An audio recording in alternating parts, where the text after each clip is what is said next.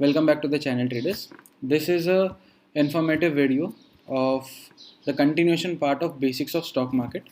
पिछली वीडियो में मैंने आपको बहुत सारी चीज़ें बताई थी. अब ये वीडियो में रहेगा major segments of stock market, जैसे किस तरीके के सेगमेंट्स होते हैं, कितने होते हैं, इनमें ट्रेड कैसे किया जाता है, उनके टर्मिनोलॉजीज़ क्या है. तो ये सारी चीज़ों के ऊपर ये वीडियो रहेगा.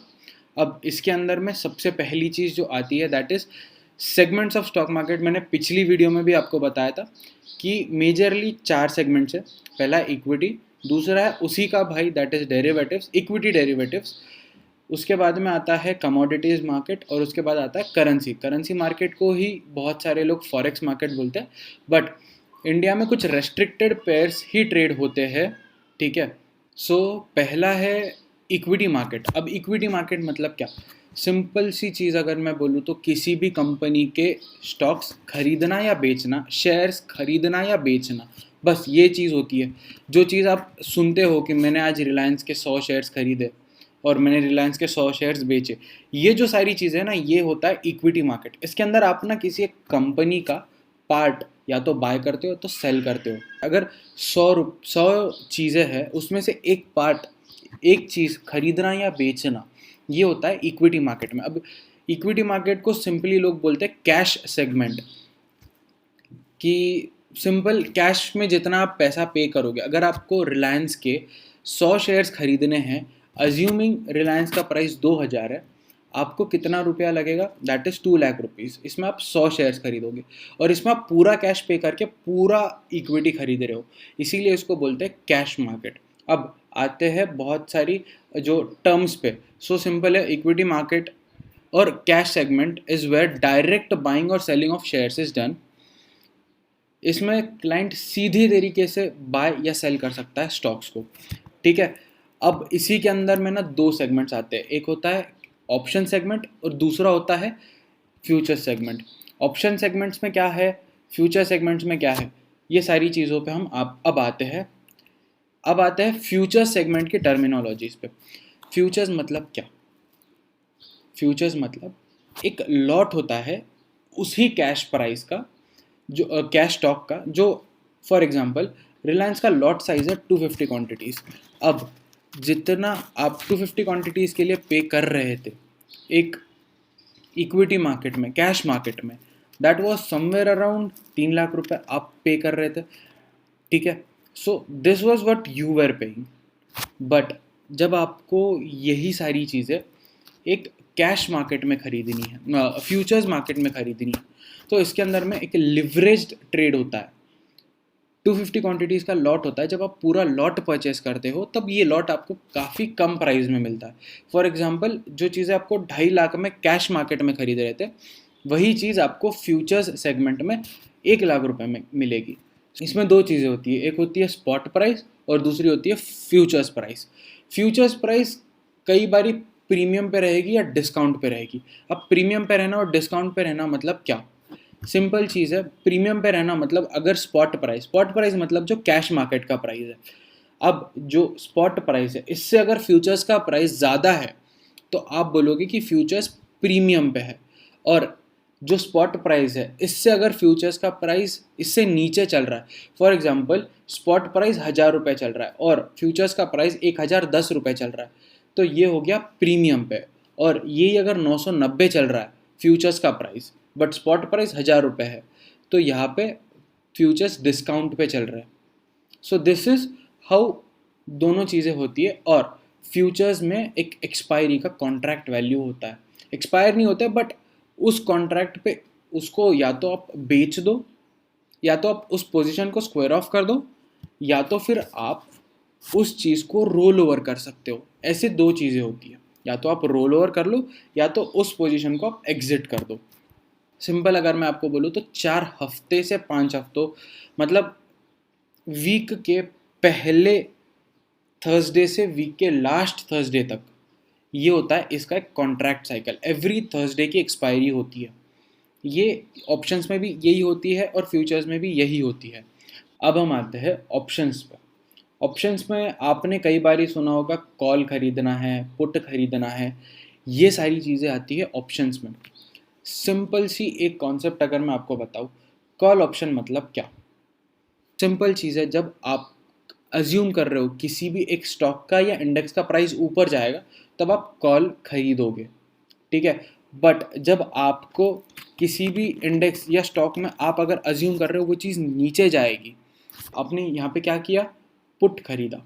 तो पहली चीज़, जब आप एक ऑप्शन या आप एक इंडेक्स को या स्टॉक को अज्यूम कर रहे हो कि प्रेडिक्ट कर रहे हो कि ये ऊपर जाएगा, तब आप उसको उसमें कॉल खरीदोगे। बट आप जब प्रेडिक्ट कर रहे हो कि वो चीज़ नीचे जाएगी तब आप पुट खरीदोगे। सिंपल चीज़, let's just not make it more complex. Simple सी चीज़ है, जब आप अज्यूम कर रहे हो कोई भी चीज़ ऊपर की तरफ जाने वाली, आप कॉल खरीदोगे।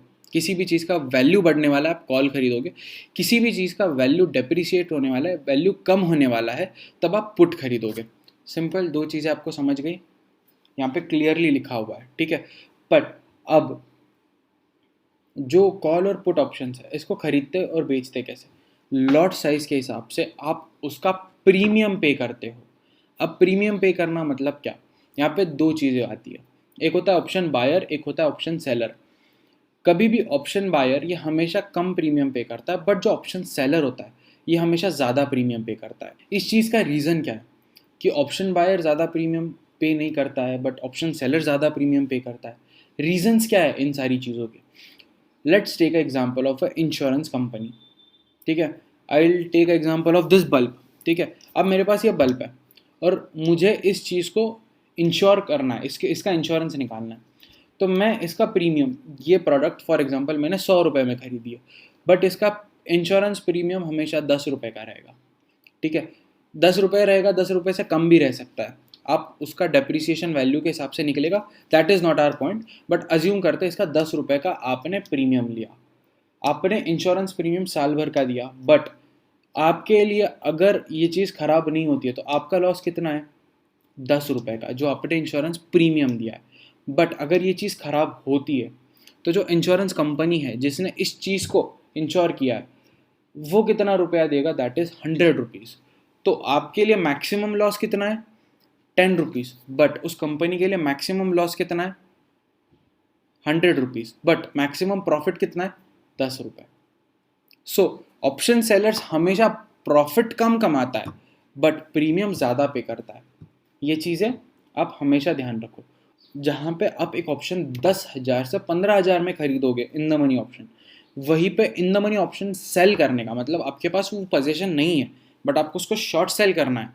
शॉर्ट सेल वाली कॉन्सेप्ट क्या है, मैं आपको सिंपल एक स्टेटमेंट में बताता हूँ। जो चीज़ आपके पास नहीं है उस चीज़ को बेचना। फॉर एग्जाम्पल, मैंने ये प्रोडक्ट मेरे पास आने वाला है बट आज है नहीं, और मेरे पास कोई कस्टमर आया है और वो ये चीज़ को मुझे 120 रुपये में मांग रहा है। मैंने उसको 120 रुपये में ये चीज़ दे दी और मुझे पता है, बट मैंने पोजीशन नहीं दिया उस चीज़ का। आज मैंने उस बंदे को उसका पोजीशन नहीं दिया, बट एक एक डील हो गई कि ये चीज़ या प्रोडक्ट मैं आपको 120 रुपये में बेचूंगा। बट ये चीज़ आज मैंने आपसे डील कर दी, अब मैं आपको ये तो नहीं बताऊंगा कि मेरे पास वो प्रोडक्ट नहीं है। मैं क्या करूँगा, मैं जाऊँगा डीलर के पास, उससे ये प्रोडक्ट 100 रुपये में खरीदूँगा, बीच का 20% का बेनिफिट मेरा है। शॉर्ट सेलिंग में क्या होता है, अगर आपके पास वो शेयर या वो स्टॉक नहीं है तो आप उस शेयर या उस स्टॉक को बेच देते हो। एक्चुअली उसकी डिलीवरी नहीं होती है बट आप बेचते हो, और जब डे एंड होता है आप उस चीज़ को स्क्वायर ऑफ कर देते हो। मतलब उस चीज़ को या तो आप कम प्राइस पे खरीदोगे या तो आप ऊपर मतलब उससे ज़्यादा प्राइस में खरीदोगे, या तो आप लॉस में बेचोगे या तो आप प्रॉफिट में बेचोगे, बाय करोगे। सो एट दी एंड जो नेट अमाउंट होगी वो या तो प्रॉफिट में होगी या तो लॉस में होगी।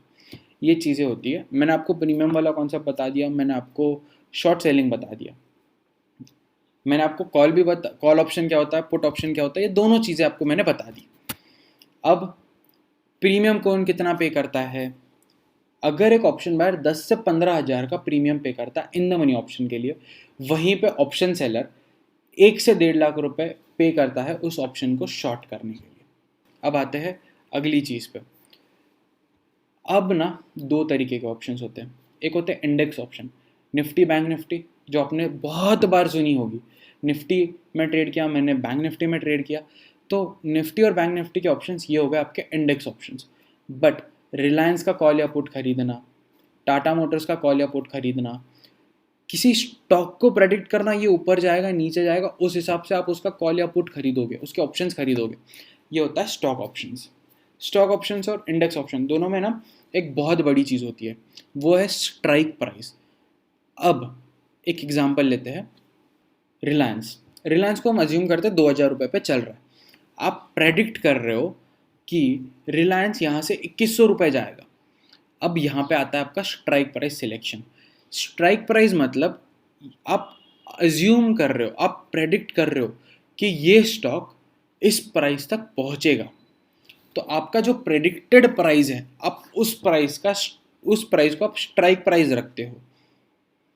मतलब आपको, अगर आप प्रेडिक्ट कर रहे हो रिलायंस अगर आज 2,000 है, आप प्रेडिक्ट कर रहे हो कि ये चीज़ 2,100 रुपये जाएगी, तो आप यहाँ पे क्या करोगे, आप 2,100 रुपये का कॉल ऑप्शन खरीदोगे, क्योंकि आप क्या अज्यूम कर रहे हो, ये चीज़ ऊपर जाएगी। बट आप अज्यूम कर रहे हो कि ये चीज़ नीचे जाएगी, 1,900 रुपये तक ये जा सकता है, तो आपने स्ट्राइक प्राइस क्या खरीदा, 1,900 रुपये का। अब स्ट्राइक प्राइस होती है 3 तरीके की, out of the money, in the money, at the money. At the money मतलब अगर रिलायंस 2,000 पे चल रहा है तो आप या तो 2,000 का कॉल खरीद लो या 2,000 का पुट खरीद लो। ये हो गया एट द मनी, मतलब जहाँ पे उसका स्पॉट प्राइस है, मैंने स्पॉट प्राइस आपको बताया था, जहाँ पे उसका स्पॉट प्राइस है वहीं पे अगर आप उसका स्ट्राइक प्राइस रख रहे हो तो ये होता है eight the money option. In the money option मतलब 2,000 पे रिलायंस चल रहा है बट आप 1,990 का कॉल ऑप्शन खरीद रहे हो, बहुत ज़्यादा सेफ। इससे ऊपर ऑलरेडी वो स्टॉक चल रहा है और आप अज्यूम कर रहे हो इससे और ऊपर जाएगा, बट मैं ऑलरेडी इन द मनी खेलूंगा। तो इन द मनी ऑप्शन का हमेशा प्रीमियम ज़्यादा होता है क्योंकि उसने वो टारगेट अचीव कर लिया है। सो इन द मनी ऑप्शन का हमेशा प्रीमियम सबसे ज़्यादा रहेगा, out of the money option का सबसे कम रहेगा, और एट द मनी का इन दोनों से या बहुत ज़्यादा भी नहीं होगा और बहुत कम भी नहीं होगा। Out of the money option मतलब मैंने आपको बता दिया 2,000 पे वो स्टॉक है और आप 2,100 प्रेडिक्ट कर रहे हो, तो जो 2,100 की स्ट्राइक प्राइस खरीदी ये हो गया आपका out of the money. Simple terms है, in the money, at the money, out of the money. 100 रुपये पे कोई स्टॉक है, 100 रुपये का ऑप्शन खरीदना कॉल या पुट, ये हो गया आपका एट द मनी। 90 रुपये का कॉल ऑप्शन खरीदना और 110 रुपये का पुट ऑप्शन खरीदना, ये दोनों हो गए इन द मनी। 90 रुपये का पुट ऑप्शन खरीदना और 110 रुपये का कॉल ऑप्शन खरीदना, ये हो गए आउट ऑफ द मनी। ठीक है, ये भी सारी चीज़ें मैंने आपको बता दी। अब है कमोडिटीज़ मार्केट, अब है करेंसी मार्केट। ये अगली वीडियो, अगले डिस्कशन वाली वीडियो का रहेगा। इस वीडियो में मैंने आपको क्या बताई, cash market, that is equity market, मैंने आपको फ्यूचर्स बता दिए, मैंने आपको ऑप्शंस बता दिए। अब नेक्स्ट वीडियो रहेगी कमोडिटीज़ और करेंसी वाली, और उसके बाद में एक स्ट्रैटेजी वाली वीडियो दूंगा मैं, जो स्ट्रैटेजी मैं खुद फॉलो करता हूँ, जो शायद आपको यूट्यूब पे कोई नहीं देगा, ये इनके पेड कोर्सेस में होती है, ये चीज़ें मैं आपको फ्री में दूँगा। तो बेसिक्स ऑफ स्टॉक मार्केट की पार्ट 2 वाली वीडियो यहाँ पे ख़त्म होती है।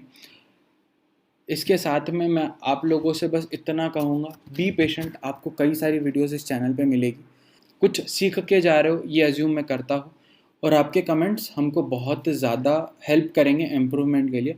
तो कमेंट करो, लाइक करोगे तो बस हमको एक मोटिवेशन मिलेगा कि वीडियो बनानी है, सब्सक्राइब करोगे तो सब्सक्राइबर्स बढ़ेंगे और हम एक काफ़ी अच्छे माइलस्टोन्स अचीव करेंगे। ठीक है, thank you for watching this long and this was my side, I am signing off, thank you.